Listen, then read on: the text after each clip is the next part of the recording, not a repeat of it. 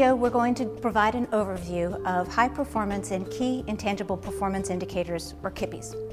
Stochastic frontier analysis, what we refer to as high performance frontier analysis, is a methodological approach that's in search of the above average. It looks for maximum feasible output given a set of inputs. Now, when we refer to performance in arts and cultural organizations, we're not talking about some ideal, specified single measure. When we talk about performance of arts and cultural organizations, there's not one single ideal towards which everyone should strive. What we do know, however, is that arts and cultural organizations do perform differently on a variety of outcomes, and any conversation about performance or outcomes inevitably leads to the question, well, relative to what? In other parts of this report, we provide averages and we look at what drives those averages. In this video, we're going to build on that and explore what drives high performance. So how do we accomplish this? Well, it all begins with a simple regression analysis.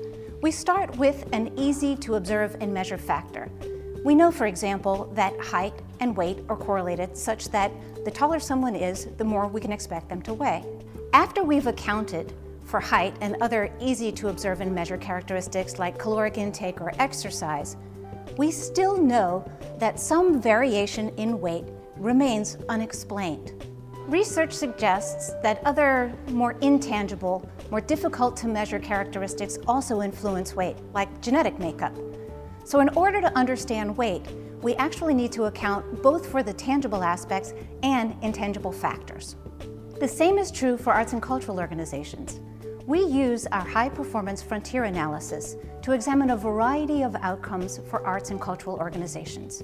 Specifically, we know from our driving forces section that there are a variety of easy-to-observe and measure characteristics that affect performance. For example, arts and cultural sector. We know that arts and cultural sector affects physical attendance. We know from our averages section that museums attract higher levels of attendance annually than do symphony orchestras, who attract more attendance annually than do dance companies. We have to take into account all factors explored elsewhere in this report, including the organizational and community characteristics, the local cultural policy conditions. Only then can we establish a level playing field.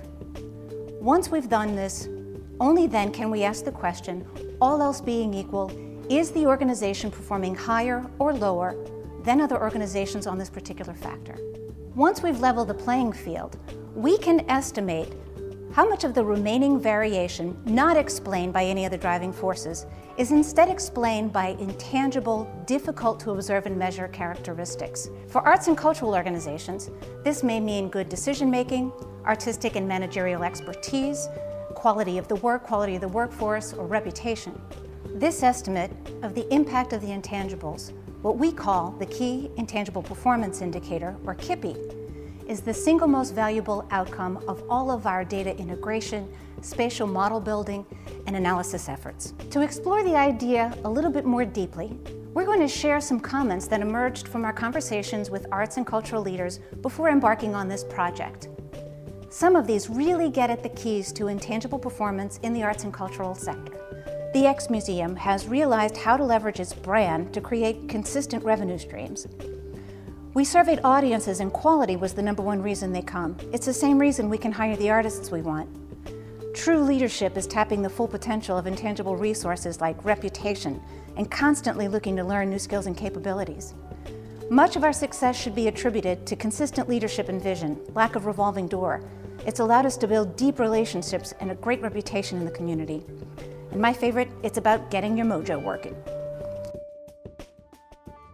There's some level of random variation that we account for too, which arises when the outcome measure is perhaps not entirely within the arts organization's control to manage, or when there's error in reporting, either because the outcome is difficult to measure or because the organization hasn't invested the resources necessary to track the outcome. With high-performance frontier analysis, we take all three influences into account and we build a model.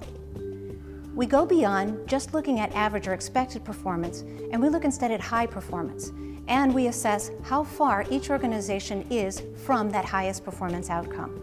Organizations will receive a score from 0 to 100, with 100 being organizations that are closest to the highest level of performance. Want to know more? See the video on unexplained variation attributable to KIPIs.